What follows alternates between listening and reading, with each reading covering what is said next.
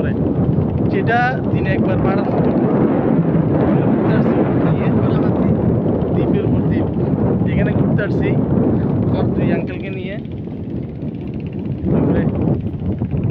এটা না দেখলে বুঝতে পারবেন না যে কত সুন্দর, কত অনুভূতি, কীরকম অনুভূতি এখানে আসলে মনের তৃপ্তি। যে মনে হচ্ছে যে মঙ্গল গ্রহে আসছি, মঙ্গল গ্রহে আসছি আমি।